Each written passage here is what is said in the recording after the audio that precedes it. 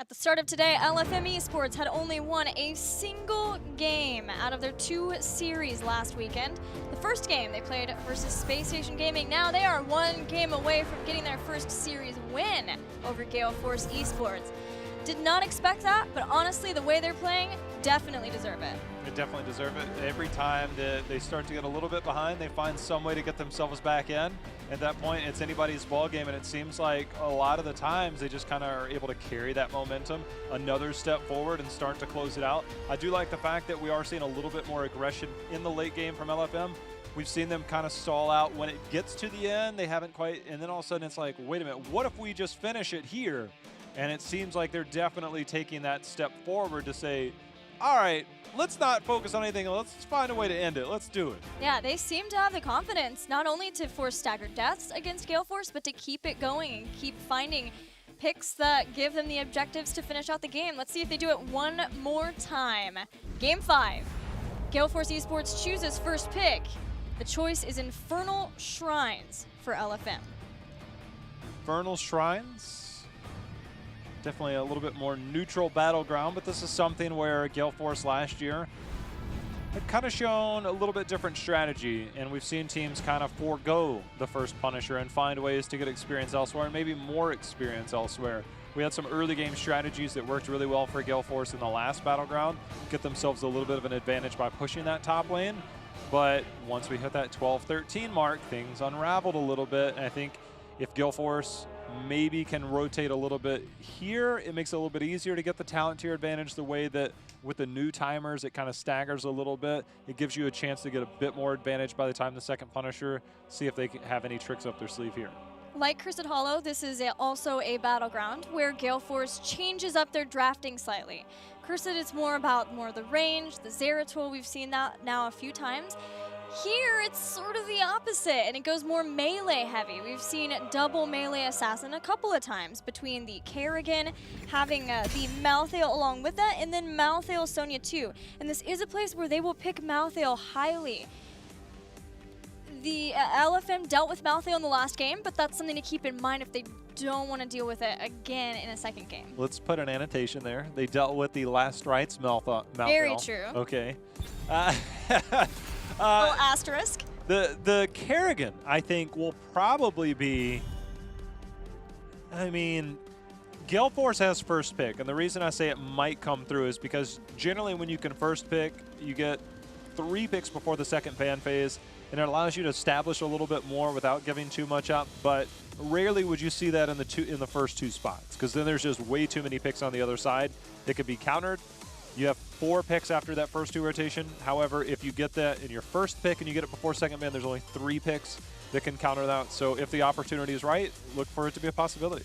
Since Game 1, Hanzo has been first pick by every single team. Game 1 was the only place where Genji was first pick, and LFM won by getting Hanzo Uther together. I don't know if I would be willing to give Draded Hanzo again. His Hanzo is a lot of setup, a lot of follow-up. They're comboing with it so well in so many different ways. It's very good. But LFM are going to say, fine, if you're going to get Hanzo, you're at least not going to get it along with a Tassadar. Seems pretty cool. Yeah, because if you don't ban it out here, same thing as the Kerrigan pick, you can get it before second ban, and it's unlikely that we're going to see teams at this point. There might be some future, evolutions in terms of draft where Tassadar, we might see him paired back up. It's been a long time since we've seen Vala. I'm not saying it's coming out here, but there's always the Tracer pick to keep in mind, although Tracer Malfurion has kind of been the new hotness over in Europe, and rightfully so. But Hanzo, as you said, you could always dive a Hanzo with Kerrigan, so if you're going to let it through. If you're going to let it through, what is so worth to let that through? ETC.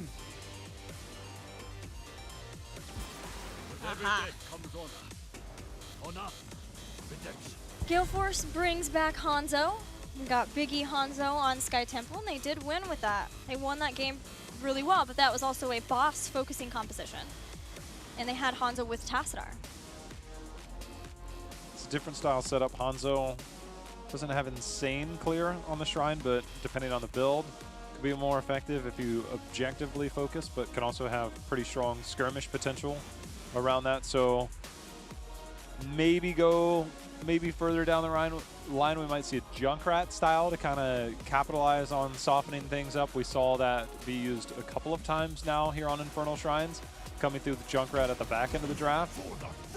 And we're seeing a dive composition in return for LFM. Yeah, having Genji and Nubarak, the old 1-2 punch. And a support of some kind to add to that. Maybe the Stukov, maybe the Uther for the stuns, Divine Shield on Genji. There's some options.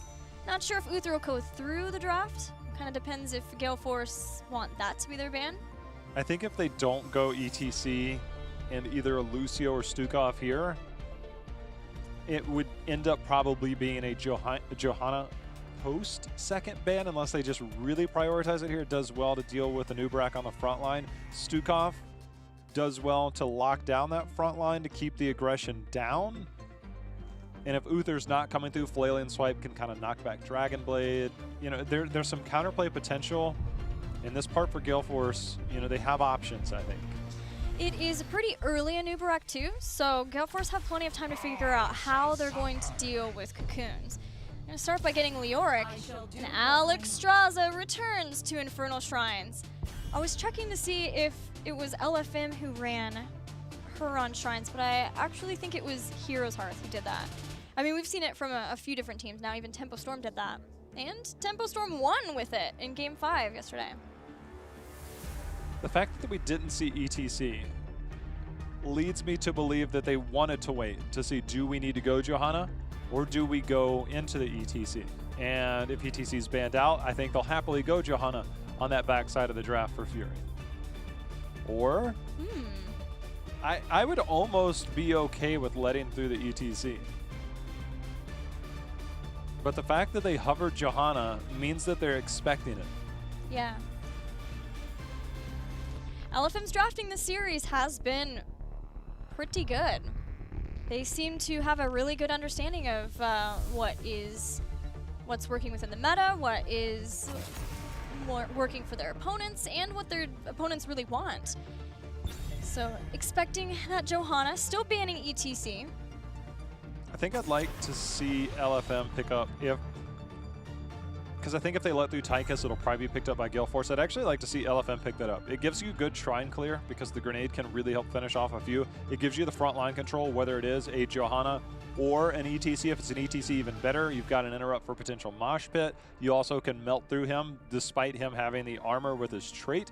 The percentage damage is still going to be there, and it really puts ETC in a bad spot. So if I'm LFM, we've seen a lot of specialty on mage style, Leeming in particular.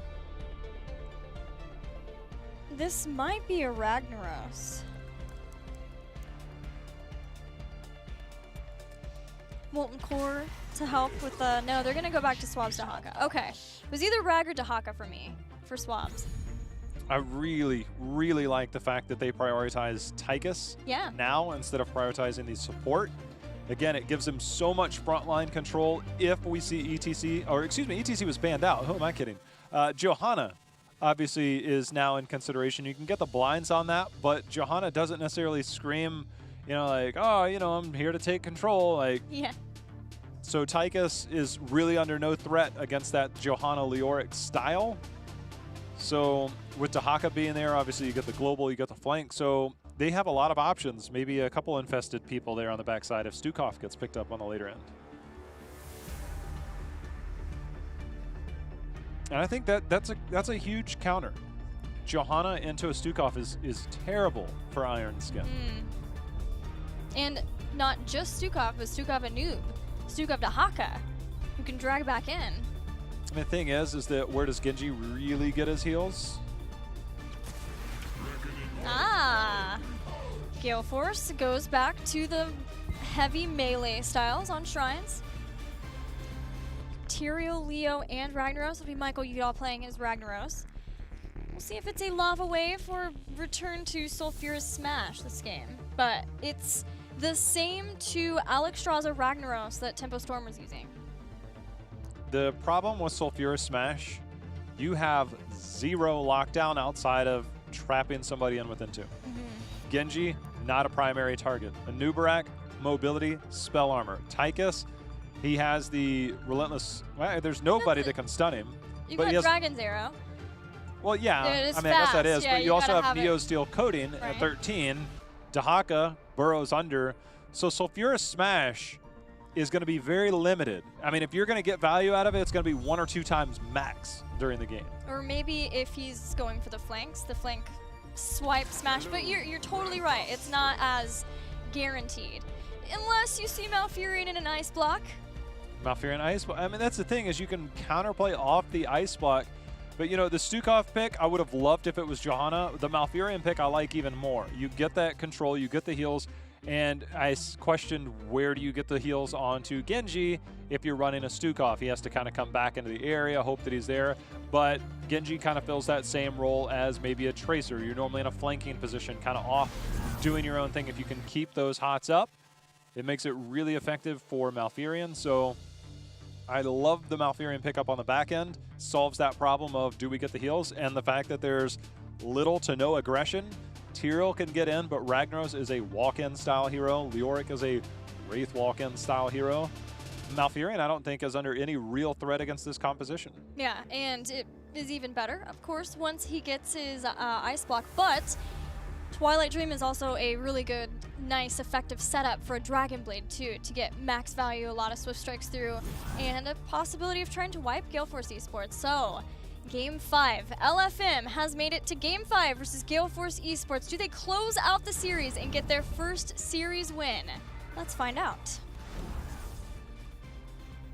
Swabs Magoo back on the Dahaka. I love the pickup for them. We'll see how effective he can be. He is the global. Maybe that also brings out the Lava Wave again to try and counter that potential push from Dahaka. Change up on Alex Straza build. Live and let live. This is the general Q build. We'll see how far he goes down into it, but definitely looking at the Life Blossom at 7.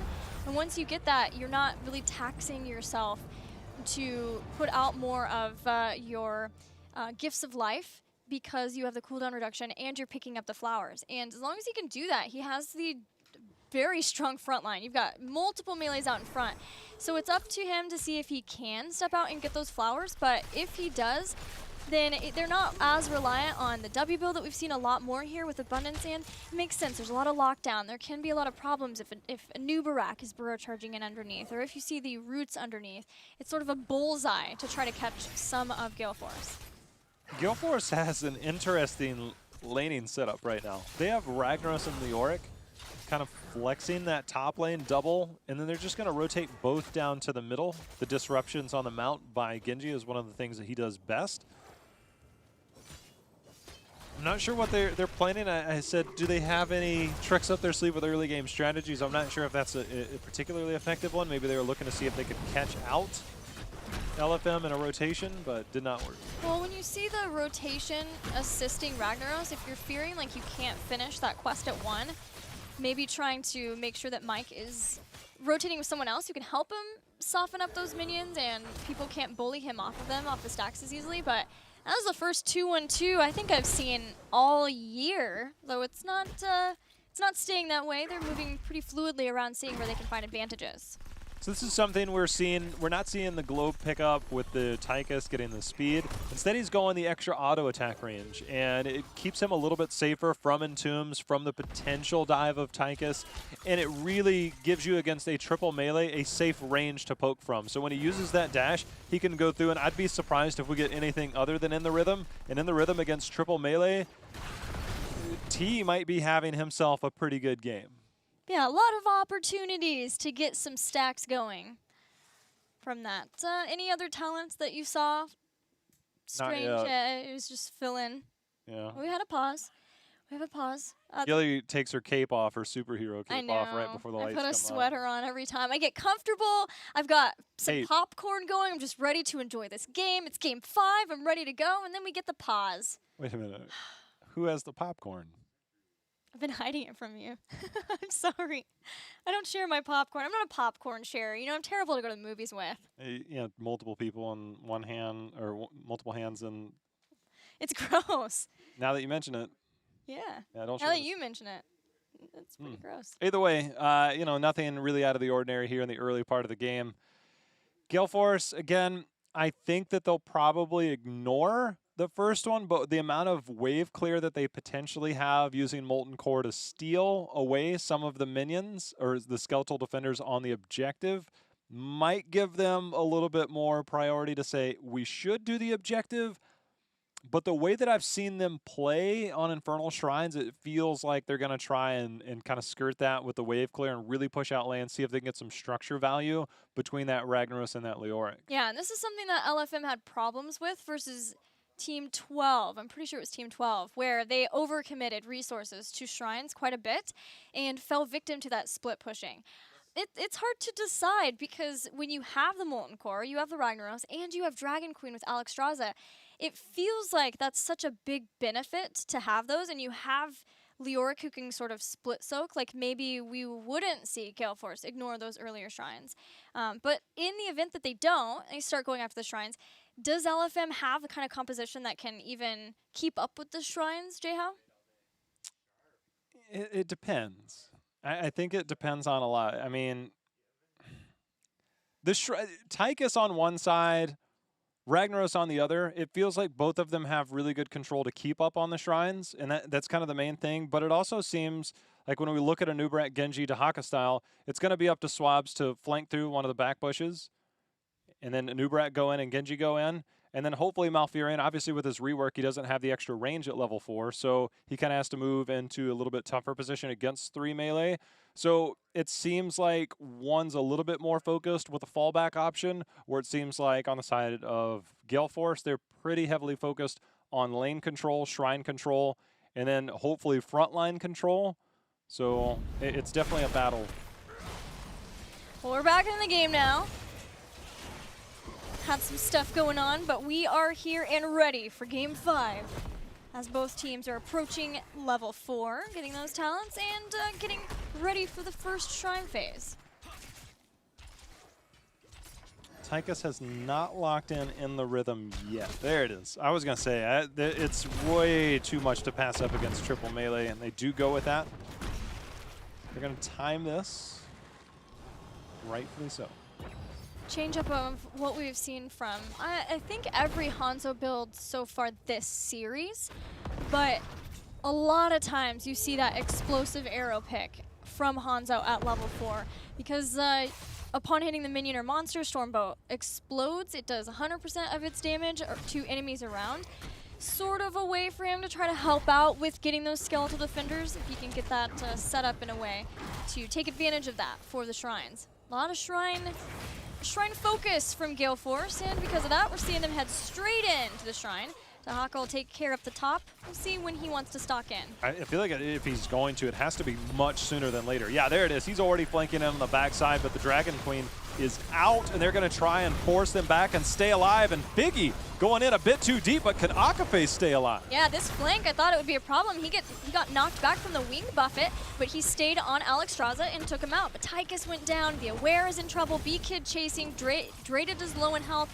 That's the thing with Malfurion is there is no burst heal to help up with. You're completely reliant on making sure you keep up the regrowth timers. And then if there's the grouping, which it is possible, there's a lot of melee for Gale Force, hitting with the Moonfires to give those heals. The reason I said it had to be early on that, Gale Force picked up 9 skeletal defenders. They spawned in 10, right?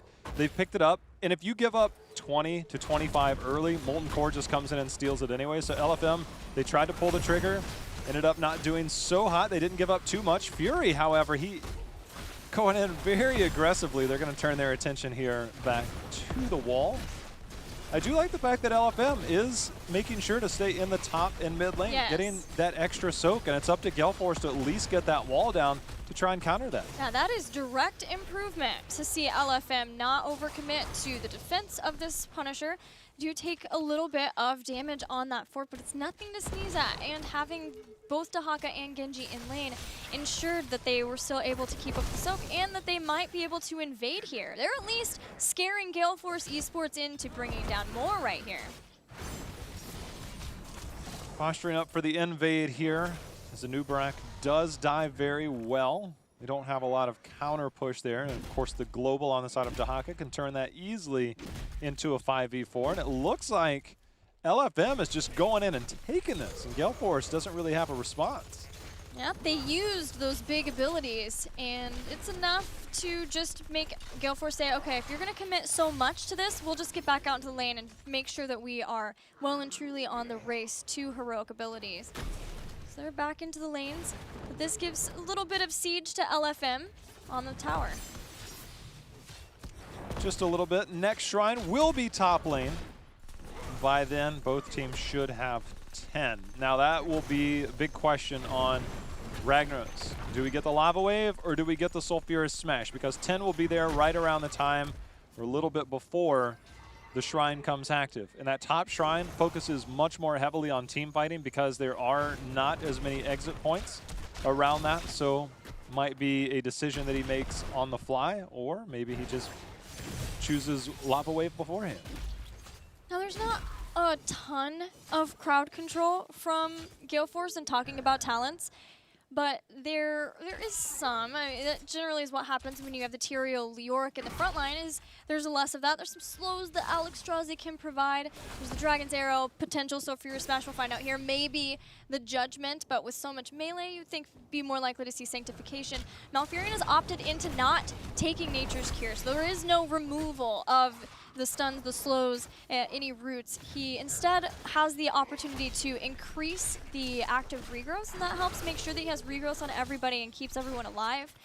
And we'll see how that works out for him if not having Nature's Cure is an issue for LFM. You know, oftentimes we talk about diving in, cocooning the support, especially when you have the Genji to try and come in and get the Dragon Blade, but I wouldn't be surprised if they try and cocoon the Tyrael to take the Sanctification down. I would not be surprised at that either. Thinking about Entomb versus March, Entomb would help with that situation of having Tyrael and Leoric as the front line of Gale Force, a little more locked down. But there is also quite a bit of self-sustain, quite a bit of escape for LFM. So there's not a ton of targets from that. We may see March of the Black King sort of like the boss point of Sky. There's a lot that could be gained from March on these points. The Dragon Queen comes out, Gale Force Esports moves on to the point of the shrine. To move on to the point, I like this. You can use this to get yourself an early lead, use Molten Core to seal the deal. Also, we do have Sulfurous Smash. I imagine Entomb might be the pick to try and capitalize on that. 17 are picked up. Michael Udall instantly rotates back onto Ragnaros. He's going to go in, but Biggie's got to be careful. Biggie might have overstepped. Oh, wow. That was an incredible knock-up from Anubarak. Hanzo is so gone, and March the Black King is going to keep BKit alive for now, but an immediate drag as soon as he comes out of that. Swab's just waiting until he could take him down. 2 kills. The Molten Core doesn't really do too much. LFM in engaging, they are willing to engage underneath the damage. They force Michael Udall to use the damage from that, so it's not on the shrine. They take the fight on their terms with those 2 kills, and now they're catching back up in the shrine. I'm going to be honest with you, Gilly. It seemed like they used the Dragon Queen to get a lead on the Skeletal Defenders, and then they were going to use Molten Core to try and finish that. And there's a big Dragon Arrow. Wow. Sanctification is down. Swab's having to duck under. Biggie's going down. Gale Force is turning this around. Swab's going to be the next to fall, and Gale Force, just like that, has completely found their way back into that fight, but Biggie stepped into the area. And that was kind of the whole catalyst of like, all right, he overstepped way too far, and they got the kill there, and that snowballed into the fight. But Gale Force, in the end of it, still gets the Punisher. Yeah, the lower respawn timers coupled with the fact that you can Dragon's Arrow from so far away really helped Gale Force there and make sure that they could regain control of the shrine. And they catch Tychus out, rotating back. Not ideal for LFM, but LFM are doing what they can to keep the fight going. 13's here for Gale Force. LFM almost have it themselves. They don't have a Tychus here. B-Kid's gonna start to come in. The Punisher, it's too scary to defend versus that, so that's why they're slowing down Gale Force where they could. The Punisher took about half health as it walks toward the keep. They should get keep wall here, look to back out. Once they force the jump here, now they can look to counter-engage, but LFM, I don't think that they're going to try that. Despite Leoric showing bottom, Dahaka slowly rotating top. But with the camp and all the minions there, there's just way too much to dive under. They're going to play it safe. They give up the keep wall. And Gale Force has a small lead now. Lead in structures, lead in kills. Somewhat inexperienced, but of course that global of LFM will help keep them in the game there. It does let Gale Force back off. They don't go straight for an aggressive camp. They play the safer game, get their own camp in the mid, and then they'll head to the bottom as LFM gets their own safe Kha'Zar camp.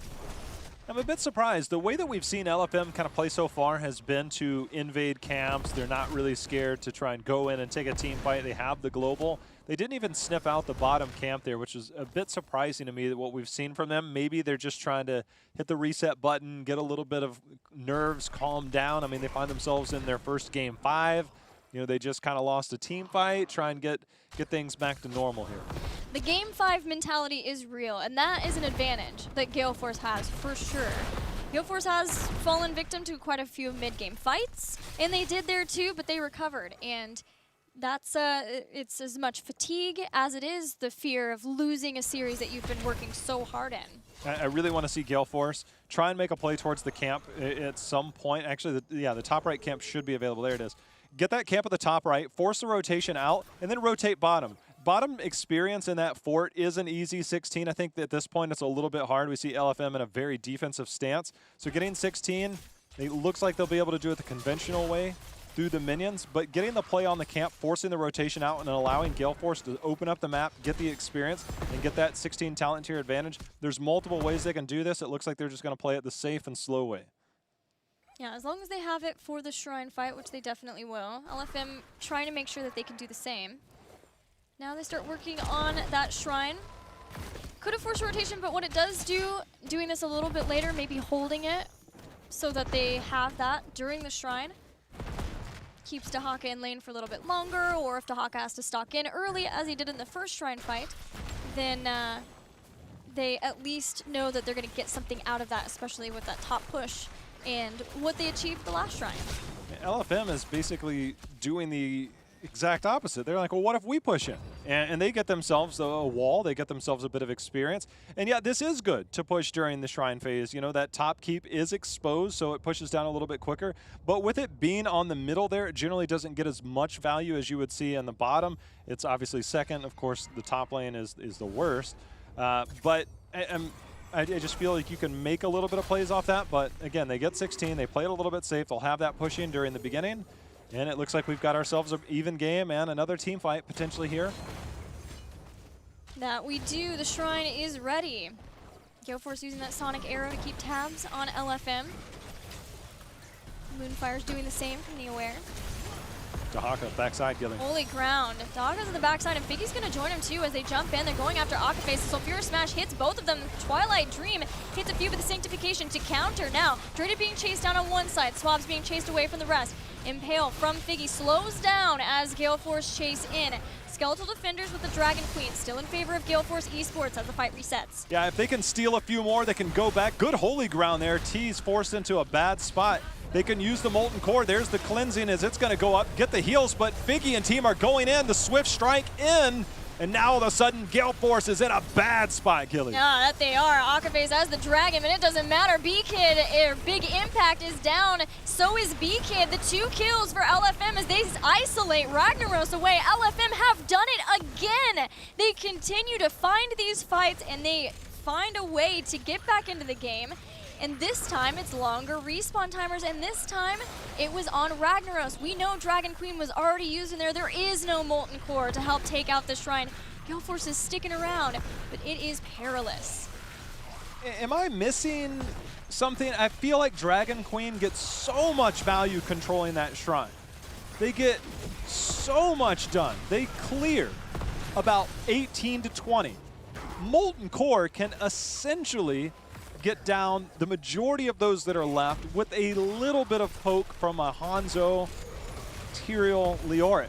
Just felt like they didn't back out in time. That's twice in a row, though, that it seems like they open up with Dragon Queen. They thwarted the early team fight and a lot of heroics. But then it seems like they had control, decided to wait around a little bit longer, and I'm just not wrapping my head around prioritizing the objective. Maybe it's more the fear of wanting to keep Molten Core for this, for the defense. But for whatever reason, Gale Force do have the Molten Core to defend versus this. The wear gets so low, Sulfura Smash came out, but he is living. He is barely living. He didn't take Ice Block. He took Hindering Moonfire. He has the slows. But he definitely needs to run then. LFM all of a sudden has themselves almost a 2-level lead, and this is a call that I absolutely can get behind. You get the wall down, there's not much more you can do. Find another way to get 20, open up the map, set up another win condition, neutralize that top lane. If the next shrine is in the top, you can now push that in to potentially take the top keep. Instant rotation there. No hesitation is the part that I like the most about it. But there was a little bit from Gale Force. Started to head down, looked like they wanted to go to that fort knowing where LFM was, but instead went back up, got their Khazra camp, didn't want to, I guess, make sure that they didn't want to allow LFM to steal that. Now they're getting bottom. 20 is almost here for LFM. They're going to try to push this in and make sure that they can get this fort, but they're going to have to back off before that. At least they have the camp that they can leave here and back off because 20 is way too close for LFM. They do get that. That should help close the gap, and they need to prioritize soaking. See Ragnaros going to the middle part of the map, making sure not to give up any experience. At this point, you have to body soak as much as you can, play as safe as you can, then get that 20. Sniff out those. That's part of playing safe. It's just Gale Force right now cannot afford another mistake. They can't get caught out in a rotation. They just need to play safe. And the other thing is that it's better. Like, so what we see here from BK, clearing that lane does what, right?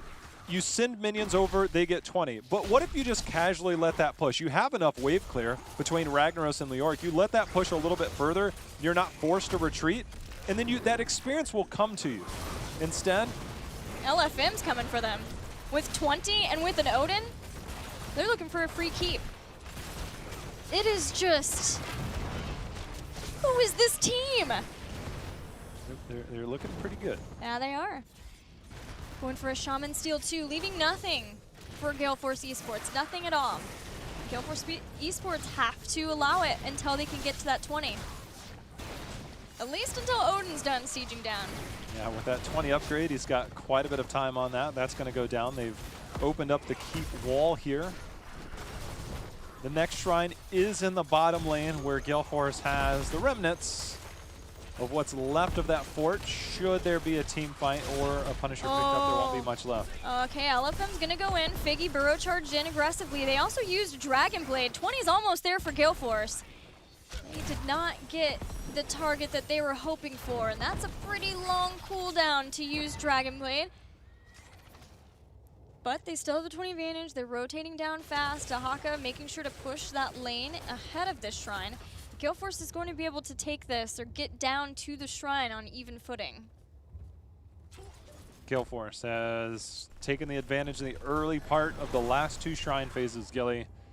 They were not able to finish it. They have to be able to get control of this game back. Giving up the Punisher and only losing 1 or 2 heroes does not cost you the game. Losing 3 or more means that LFM just walks down mid and ends the game. So they got to be very careful on how they approach this. On Ruby Wings makes this a way different fight for an Alexstrasza though. As long as she plays it outright, it's the double Dragon Queen. But the sieging from T is a lot of damage, and once again we're seeing LFM dive deep with their front line to get onto Alexstrasza. Twilight Dream, March of the Black King, all going down. Sulfura Smash 2, Figgy getting very low as he burrow charges away. The sieging from Ragnaros takes out Dahaka as Alexstrasza drops back down. That's an excellent start for Gale Force to turn this around for them. The Dragon Queen is still out, and now Gale Force finally turning this game around, getting that 1 pick, nets them a Punisher. Ragnaros looking to help defend that mid lane that has catapults by getting the Khazra Impalers. So that will help out quite a bit in the defense. And I gotta say this, if you're ever gonna try and end the game, you need to try and make that happen now. Leoric needs to go ahead and rotate down. If you don't get a keep here, it is a bad spot. You don't have a lot of heroics. They need to make something happen here. Yeah, 30 seconds until Odin is up to help with the defending of this Punisher. 10 seconds, 12 seconds until Dahaka's back. There goes the bait. Really good job by Figgy there, pulling it all the way in so that the team can get free damage in before Gale Force breaks down the front door and marches on into the base of LFM Esports. B-Kid slowing down the damage with Ominous Wraith. Punisher at about half health. The keep even lower as it goes down. Michael Udall, did he take heroic difficulty? He sure did. And he's going to use it going into the Molten Core. Gale Force Esports, this is it. They are going for the win. They're going for the win. Sulfura Smash coming down, but Tia is more than okay. Cocoon on the backside is going to be there. That's going to be opened up, and Fury still has Sanctification, and they are looking to put the damage on the Arrow lands, Gilly. Arrow lands, hits 2. The Aware and T still alive, but the sieging continues. Finally, the Molten Core is done. Look at Traded and the silence just break down. The Sanctification was used, but it's too late. 3 people are down for Gale Force Esports.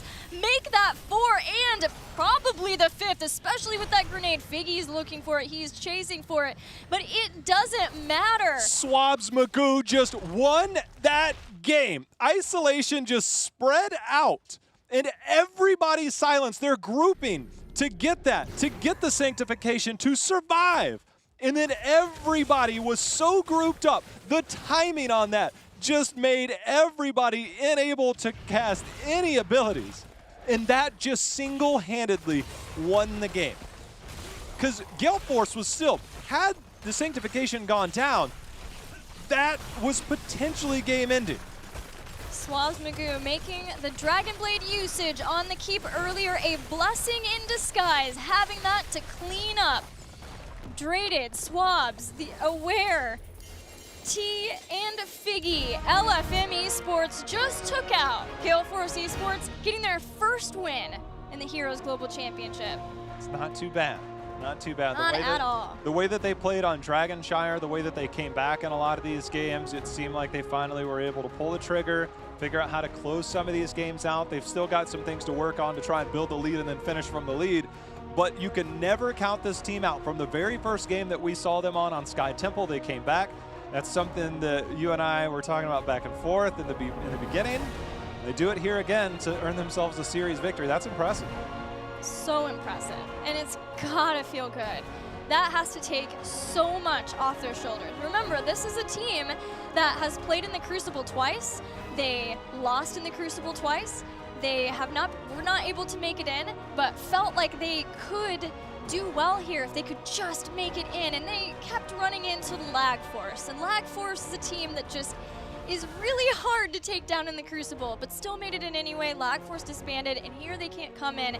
Their second weekend of HGC, they take out a name like Gale Force Esports. I think you can expect big things from LFM. Sometimes just realizing that you can hang with the big boys. I mean, scrims is one thing. Being live in front of a lot of other people, it's a different story. So LFM, you asked how would the freshmen do coming in here to the weekend so far? LFM got the first one. We still got Heroes Hearth up. So Freshman 1, Veteran 0 so far. Maybe it's a sign of things to come here as LFM got off their first victory. I mean, congrats to them. That's got to feel pretty good. Yeah, it's gotta. I cannot wait to talk to Draded on Skype. I feel like his Dragon Arrows were amazing. We're gonna get to talk to him very soon. But the Dragon Arrows were awesome. Hanzo became such a big deal in that series. He made other plays too. It was fantastic. But Swabs as well. This team played so well together, and that is what gave them the victory. The team victory. It feels very, I guess, rewarding.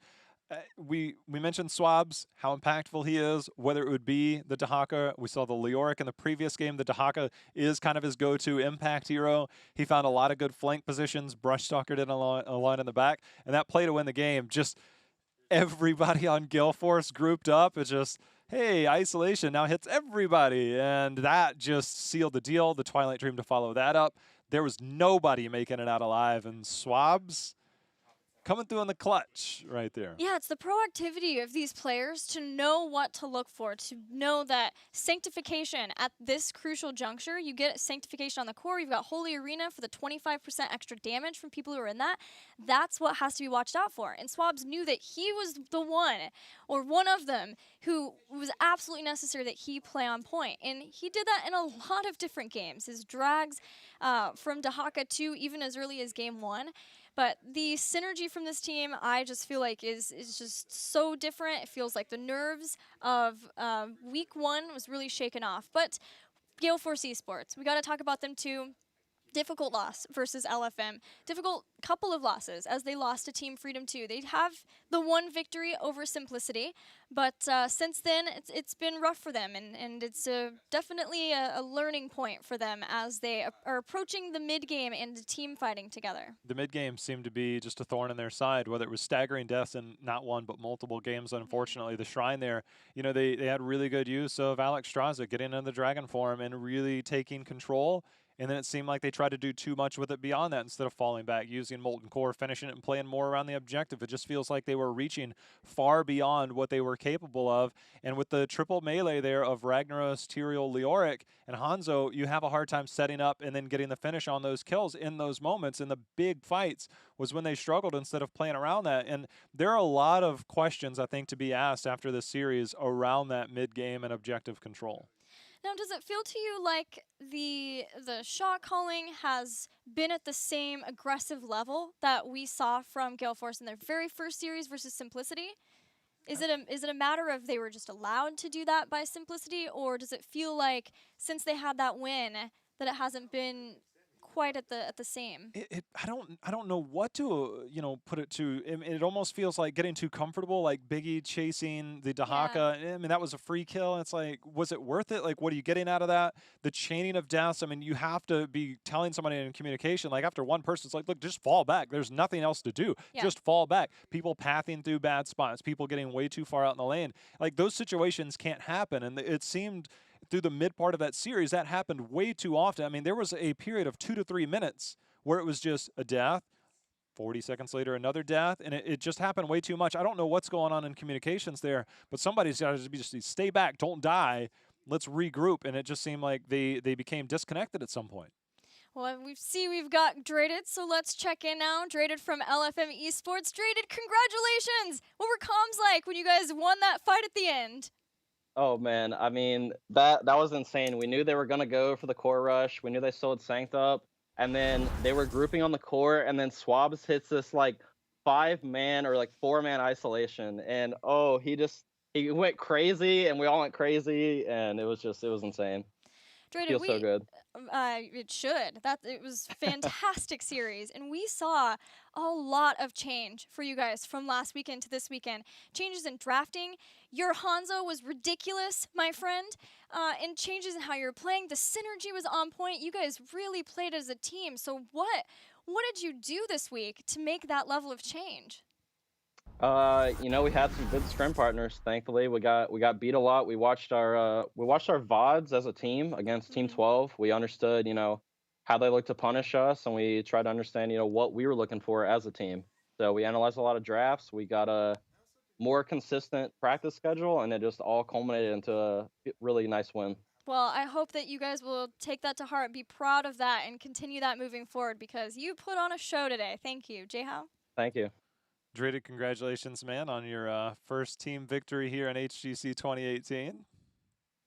Thanks so much. Yeah, well, okay. So the way that you guys seem to be playing right now is down but never out. You guys have had some pretty epic comebacks all the way from the first game against Space Station, and you always seem to find your way back. Where does the resiliency kind of come in to have the, I guess, the wherewithal to say, hey, we can take a team fight? Like, what are comms like when you guys find yourself down and it seems like more than a handful of games? We definitely need to work on our early game. That's true. But, as a team, we don't ever get tilted really. And we always know, like we always ask ourselves, what's the next move? How do we win this game? Even if we're behind, we're like, all right, how do we end up winning this game? And so, I don't know. We always know that there's a win condition. And I think one of our best aspects as a team is our ability to team fight. So when we can get that late game team fight, we can just win games sometimes. I would say late game team fighting has definitely excelled for you guys. Now, playing against Gale Force, it seemed like they had a lot of control around the objectives. Then we look at Cursed Hollow, they stumbled a little bit. You guys are able to stagger deaths. I mean, is there something that guys had the number of Gale Force that you guys were able to find those opportunities? I mean, those opportunities don't really come up that often in competitive. What are you guys doing differently to create those opportunities to get back in the game? Oh, that's a good question. You know, it's a lot about analyzing rotations and how to maximize the efficiency on the map and, you know, not showing on the map as much. I think that's something we did a lot before is we showed on the map too much. And so teams were just able to pinpoint our rotations, but now we're trying to be a little bit more sneaky. In game one, they picked Rag with Lava Wave. I don't think that was a very good pick because I think they had something like one Mosh interrupt, and we just got like a couple really nice Moshes off and just yeah, all these games were something else. Oh man. It was quite a series. You guys definitely put on a show, man. Big congratulations to you guys, and definitely look forward to seeing you guys moving forward and continuing to improve. Thanks so much. Appreciate it. Congratulations again, Draded. Please tell your team congrats from us as well. It was really awesome to see and looking forward to more from you guys. Any shout-outs before we let you go? Just shout out to my team for playing really solid today. Everybody stepped up comms. Everybody like just played really well. And then shout out to our fans who are supporting us. You know, comparing us to Even and Death. You know, we already got that win in phase 1. You know, I mean that's all there is to say. So, and shout out to our coach who has been really helping us improve here at Physio. Just, I think we're improving faster than any other team in HGC right now. Yeah. Thank you for the improvement. Thanks for the games. GG's. Thanks so much. GG's. Wow, what a series! And it's not over yet. We've got another one. We got another one. Heroes Hearth looking to put a win on